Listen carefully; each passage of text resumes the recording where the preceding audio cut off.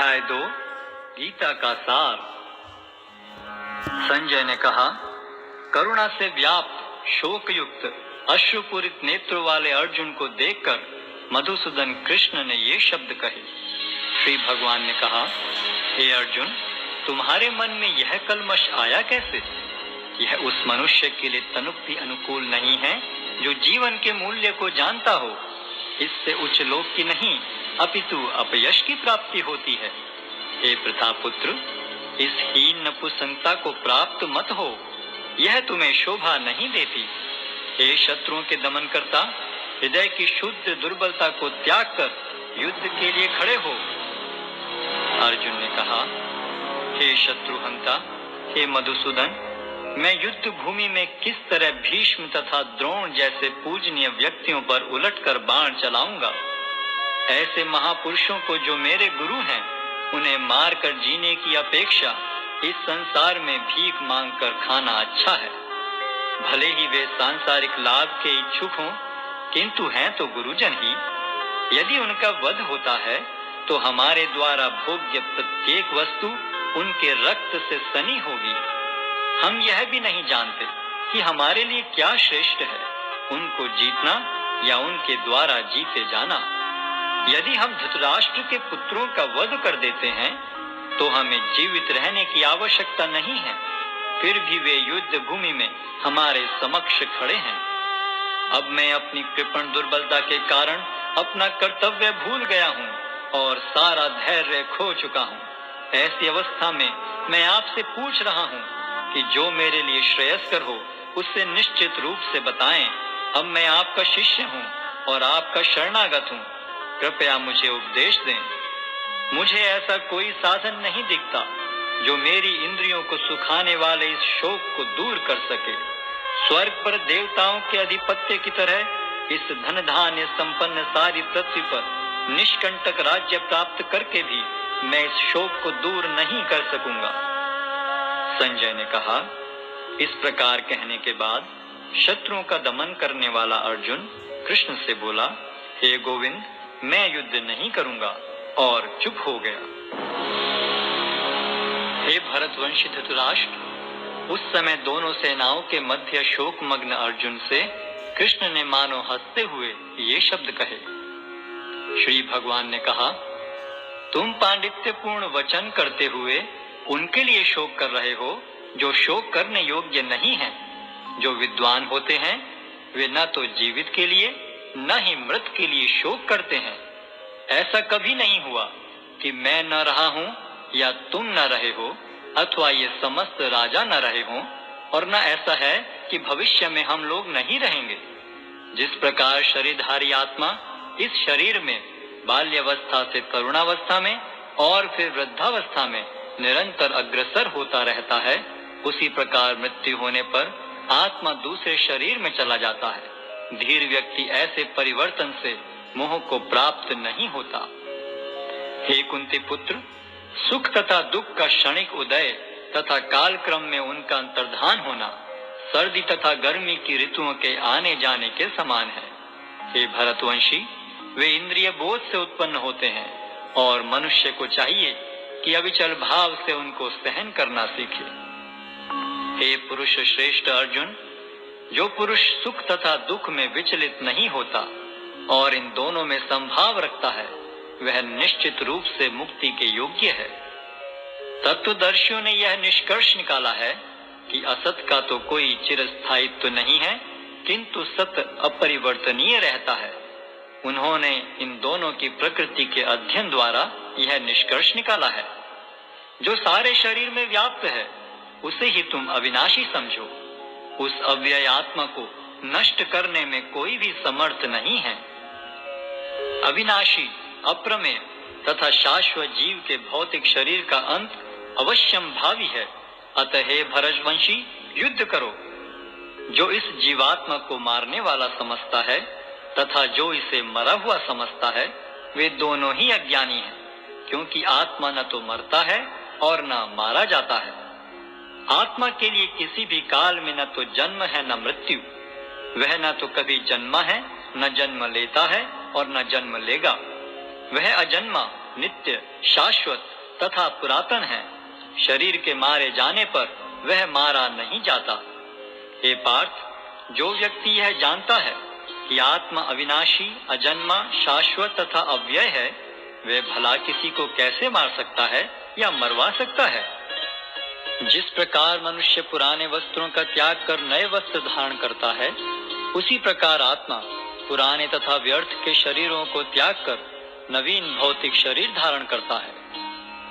यह आत्मा न तो कभी किसी शस्त्र द्वारा खंड खंड किया जा सकता है, न अग्नि द्वारा जलाया जा सकता है, न जल द्वारा भिगोया या वायु द्वारा सुखाया जा सकता है। यह आत्मा अखंडित तथा अघुलनशील है। इसे न तो जलाया जा सकता है, न ही सुखाया जा सकता है। यह शाश्वत, सर्वव्यापी, अविकारी, स्थिर तथा सदैव एक सा रहने वाला है। यह आत्मा अव्यक्त, अकल्पनीय तथा अपरिवर्तनीय कहा जाता है। यह जानकर तुम्हें शरीर के लिए शोक नहीं करना चाहिए, किंतु यदि तुम यह सोचते हो कि आत्मा अथवा जीवन का लक्षण सदा जन्म लेता है तथा सदा मरता है, तो भी हे महाबाहु, तुम्हारे शोक करने का कोई कारण नहीं है। जिसने जन्म लिया है उसकी मृत्यु निश्चित है और मृत्यु के पश्चात पुनर्जन्म भी निश्चित है। अतः अपने अपरिहार्य कर्तव्य पालन में तुम्हें शोक नहीं करना चाहिए। सारे जीव प्रारंभ में अव्यक्त रहते हैं, मध्य अवस्था में व्यक्त होते हैं और विनष्ट होने पर पुनः अव्यक्त हो जाते हैं। अतः शोक करने की क्या आवश्यकता है। कोई आत्मा को आश्चर्य से देखता है, कोई इसे आश्चर्य की तरह बताता है तथा कोई इसे आश्चर्य की तरह सुनता है, किंतु कोई कोई इसके विषय में सुनकर भी कुछ नहीं समझ पाते। हे भरतवंशी, शरीर में रहने वाले का कभी भी वध नहीं किया जा सकता, अतः तुम्हें किसी भी जीव के लिए शोक करने की आवश्यकता नहीं है। क्षत्रिय होने के नाते अपने विशिष्ट धर्म का विचार करते हुए तुम्हें जानना चाहिए कि धर्म के लिए युद्ध करने से बढ़कर तुम्हारे लिए अन्य कोई कार्य नहीं है। अतः तुम्हें संकोच करने की कोई आवश्यकता नहीं है। हे पार्थ, वे क्षत्रिय सुखी हैं जिन्हें ऐसे युद्ध के अवसर अपने आप प्राप्त होते हैं, जिससे उनके लिए स्वर्ग लोक के द्वार खुल जाते हैं। किंतु यदि तुम युद्ध करने के स्वधर्म को संपन्न नहीं करते, तो तुम्हें निश्चित रूप से अपने कर्तव्य की उपेक्षा करने का पाप लगेगा और तुम योद्धा के रूप में भी अपना यश खो दोगे। लोग सदैव तुम्हारे अपयश का वर्णन करेंगे और सम्मानित व्यक्ति के लिए अपयश तो मृत्यु से भी बढ़कर है। जिन जिन महान योद्धाओं ने तुम्हारे नाम तथा यश को सम्मान दिया है, वे सोचेंगे कि तुमने डर के मारे युद्ध भूमि छोड़ दी है और इस तरह वे तुम्हें तुच्छ मानेंगे। तुम्हारे शत्रु अनेक प्रकार के कटु शब्दों से तुम्हारा वर्णन करेंगे और तुम्हारी सामर्थ्य का उपहास करेंगे। तुम्हारे लिए इससे दुखदाई और क्या हो सकता है। हे कुंती पुत्र, तुम यदि युद्ध में मारे जाओगे तो स्वर्ग प्राप्त करोगे, या यदि तुम जीत जाओगे तो पृथ्वी के साम्राज्य का भोग करोगे। अतः दृढ़ संकल्प करके खड़े हो और युद्ध करो। तुम सुख या दुख, हानि या लाभ, विजय या पराजय का विचार किए बिना युद्ध के लिए युद्ध करो। ऐसा करने पर तुम्हें कोई पाप नहीं लगेगा। यहाँ मैंने वैश्लेषिक अध्ययन द्वारा इस ज्ञान का वर्णन किया है। अब निष्काम भाव से कर्म करना बता रहा हूँ, उसे सुनो। हे प्रताप पुत्र, तुम यदि ऐसे ज्ञान से कर्म करोगे तो तुम कर्मों के बंधन से अपने को मुक्त कर सकते हो। इस प्रयास में न तो हानि होती है न ही ह्रास, अपितु इस पथ पर की गई अल्प प्रगति भी महान भय से रक्षा कर सकती है। जो इस मार्ग पर चलते हैं वे प्रयोजन में दृढ़ रहते हैं और उनका लक्ष्य भी एक होता है। हे कुरुनंदन, जो दृढ़ प्रतिज्ञ नहीं है उनकी बुद्धि अनेक शाखाओं में विभक्त रहती है। अल्पज्ञानी मनुष्य वेदों के उन अलंकारिक शब्दों के प्रति अत्यधिक आसक्त रहते हैं जो स्वर्ग की प्राप्ति, अच्छे जन्म, शक्ति इत्यादि के लिए विविध सकाम कर्म करने की संस्तुति करते हैं। इंद्रिय तृप्ति तथा ऐश्वर्य में जीवन की अभिलाषा के कारण वे कहते हैं कि इससे बढ़कर और कुछ नहीं है। जो लोग इंद्रिय भोग तथा भौतिक ऐश्वर्य के प्रति अत्यधिक आसक्त होने से ऐसी वस्तुओं से मोहग्रस्त हो जाते हैं, उनके मनों में भगवान के प्रति भक्ति का दृढ़ निश्चय नहीं होता। वेदों में मुख्यतया प्रकृति के तीनों गुणों का वर्णन हुआ है। हे अर्जुन, इन तीनों गुणों से ऊपर उठो, समस्त द्वैतों और लाभ तथा सुरक्षा की सारी चिंताओं से मुक्त होकर आत्मपरायण बनो। एक छोटे से कूप का सारा कार्य एक विशाल जलाशय से तुरंत पूरा हो जाता है। इसी प्रकार वेदों के आंतरिक तात्पर्य जानने वाले को उनके सारे प्रयोजन सिद्ध हो जाते हैं। तुम्हें अपना कर्म करने का अधिकार है, किंतु कर्म के फलों के तुम अधिकारी नहीं हो। तुम न तो कभी अपने आप को अपने कर्मों के फलों का कारण मानो, न ही कर्म न करने में कभी आसक्त हो। हे अर्जुन, जय अथवा पराजय की समस्त आसक्ति त्याग कर समभाव से अपना कर्म करो, ऐसी समता योग कहलाती है। हे धनंजय, भक्ति के द्वारा समस्त गर्हित कर्मों से दूर रहो और उसी भाव से भगवान की शरण ग्रहण करो। जो व्यक्ति अपने सकाम कर्म फलों को भोगना चाहते हैं वे कृपण हैं। भक्ति में संलग्न मनुष्य इस जीवन में ही अच्छे तथा बुरे कार्यों से अपने को मुक्त कर लेता है। अतः योग के लिए प्रयत्न करो, क्योंकि सारा कार्य कौशल यही है। इस तरह भगवत भक्ति में लगे रहकर बड़े बड़े ऋषि, मुनि अथवा भक्तगण अपने आप को इस भौतिक संसार में कर्म के फलों से मुक्त कर लेते हैं। इस प्रकार वे जन्म मृत्यु के चक्र से छूट जाते हैं और भगवान के पास जाकर उस अवस्था को प्राप्त करते हैं जो समस्त दुखों से परे है। जब तुम्हारी बुद्धि मोह रूपी सघन वन को पार कर जाएगी तो तुम सुने हुए तथा सुनने योग्य सबके प्रति अन्य मनस्क हो जाओगे।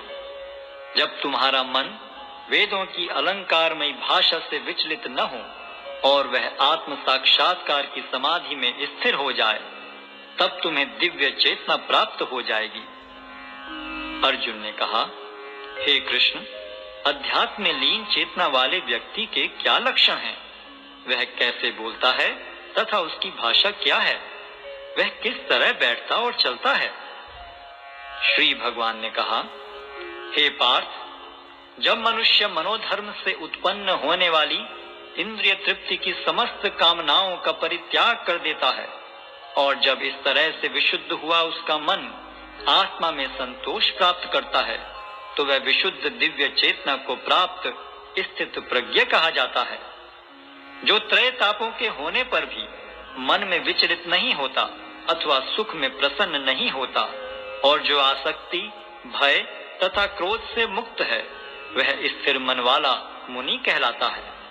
इस भौतिक जगत में जो व्यक्ति न तो शुभ की प्राप्ति से हर्षित होता है और न अशुभ के प्राप्त होने पर उससे घृणा करता है, वह पूर्ण ज्ञान में स्थिर होता है। जिस प्रकार कछुआ अपने अंगों को संकुचित करके खोल के भीतर कर लेता है, उसी तरह जो मनुष्य अपनी इंद्रियों को इंद्रिय विषयों से खींच लेता है, वह पूर्ण चेतना में दृढ़ता पूर्वक स्थिर होता है।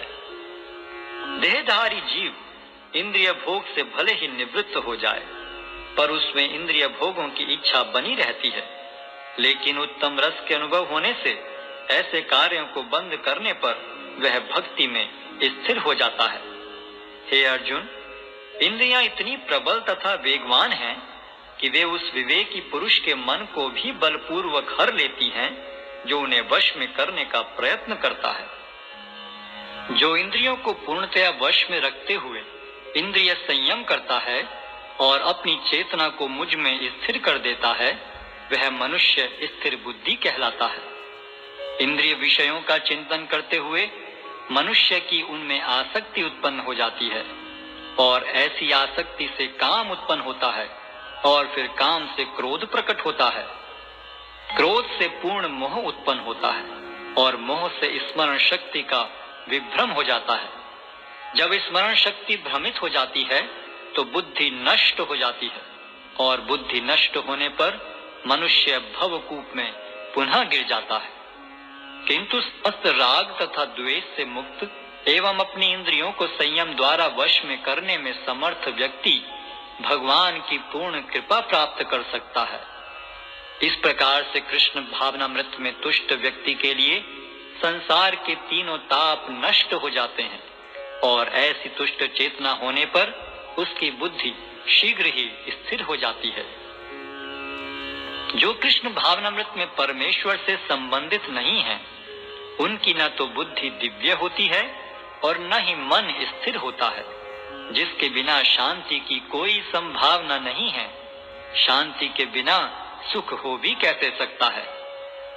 जिस प्रकार पानी में तैरती नाव को प्रचंड वायु दूर बहा ले जाती है, उसी प्रकार विचरणशील इंद्रियों में से कोई एक जिस पर मन निरंतर लगा रहता है, मनुष्य की बुद्धि को हर लेती है। अतः हे महाबाहु, जिस पुरुष की इंद्रियां अपने अपने विषयों से सब प्रकार से विरत होकर उसके वश में है, उसी की बुद्धि निस्संदेह स्थिर है।